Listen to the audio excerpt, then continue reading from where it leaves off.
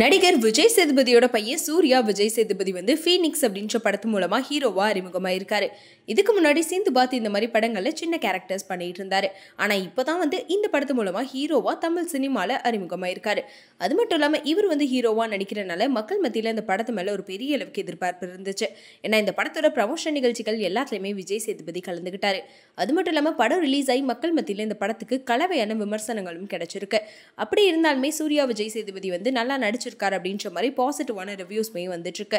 ஆனாலுமே இன்னொரு சைட் பார்த்தீங்கன்னா சூர்யா விஜய் சேதுபதி வந்து ரொம்பவே ஆட்டிடியூடாக நடந்துக்கிறாரு, ஒரு படம் நடிச்சோடனே வந்து ரொம்பவே திமிரு காட்டுறாரு அப்படின்னு சொல்லி இவர் மேலே வந்து நிறையவே வந்து விமர்சனங்களுமே எழுந்துட்டு இருந்துச்சு. அதுவும் ரீசெண்டாக பார்த்தீங்கன்னா இவரை பற்றி வந்து விமர்சிச்சு வீடியோஸ் வந்து சோஷியல் மீடியாவில் போட்டவங்களை இவரோட தரப்பினர் கூப்பிட்டு வந்து மிரட்டினதாகவும் வீடியோஸை டெலிட் பண்ண சொன்னதாகவும் வந்து சில சர்ச்சை போயிட்டு இருந்துச்சு. அதுக்கு விஜய் சேதுபதி கூட மன்னிப்பு கேட்டிருப்பாரு. இந்த நிலையில தான் இந்த படத்தில் வில்லன் கேரக்டர் நடிச்சிருக்க வரலட்சுமி பேசின ஒரு விஷயம் ரொம்பவே சர்ச்சையா போயிட்டு இருக்கு. அதாவது மீடியா பர்சனாலிட்டி ஸ்ரீதேவி ஸ்ரீதர் வந்து இந்த படத்தோட ரிவ்யூஸ் போட்டிருப்பாங்க. இந்த படம் வந்து நல்லா இருக்கு அப்படின்ற மாதிரி ரிவ்யூ கொடுத்திருந்தாலுமே இன்னொரு சைட் வந்து இந்த படத்துல இருக்கக்கூடிய வில்லன்கள்லாம் கேரிகேச்சர் மாதிரி இருக்காங்க அப்படின்னு சொல்லியிருப்பாங்க. அதாவது கேலி சித்திரங்களா வந்து வில்லன்ஸை காட்டியிருக்காங்க அப்படின்ற மாதிரி வந்து ரிவ்யூ கொடுத்திருப்பாங்க. இதனால கோவமான வரலட்சுமி வந்து அந்த போஸ்டர் டேக் பண்ணி இந்த மாதிரி என்னோட பேரை நீங்க மறந்துட்டீங்கன்னு நினைக்கிறேன், என்னோட பேர் வந்து வரலட்சுமி சரத்குமார், அது மட்டும் இல்லாமல் உங்களோட வந்து 3 ஃபேவரட்ஸ்ல நான் இல்லாமல் இருப்பேன்றது எனக்கு நல்லாவே தெரியும்.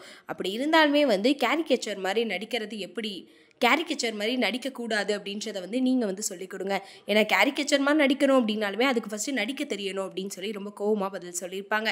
இவங்களோட இந்த ஒரு பதிலை வந்து ஸ்ரீதேவி ஸ்ரீதர் திரும்பியுமே வந்து மென்ஷன் பண்ணி அவங்க என்ன சொல்லியிருப்பாங்கன்னா, இந்த மாதிரி கேரிகேச்சர் மாதிரி வந்து ஆக்டர்ஸை சினிமாவில் காட்டணும் அப்படின்னாலுமே வந்து அது டேரக்டர் காட்டுறதுல தான் இருக்குது. நீங்கள் ரொம்பவே நல்ல ஆக்டர் தான், நீங்கள் ரொம்பவே நல்லா தான் நடிச்சிருந்தீங்க. உங்கள் கூட இன்னுமே வந்து 3 வில்லன்கள் இந்த படத்தில் நடிச்சிருக்காங்க. அவங்க எல்லாருமே ரொம்ப கத்திக்கிட்டே இருந்த மாதிரி இருந்துச்சு. அதை கொஞ்சம் ரியலாக காட்டியிருக்கலாம் அப்படின்னு தான் எனக்கு தோணுச்சு. அது மட்டும் இல்லாமல் என்னோட ஃபேவரட் லிஸ்ட்டில் நீங்களும் தான் இருக்கீங்க, அதில் ஏதாச்சும் டவுட் இருக்கா அப்படின்னு சொல்லி அவங்களுமே வந்து ஒரு போஸ்ட் போட்டிருப்பாங்க.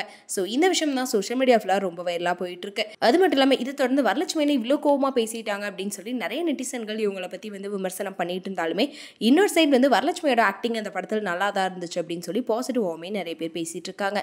ஸோ வரலட்சுமியோட இந்த ரிப்ளையை பற்றி நீங்கள் என்ன நினைக்கிறீங்க அப்படின்றத கமெண்ட்டில் சொல்லிடுங்க.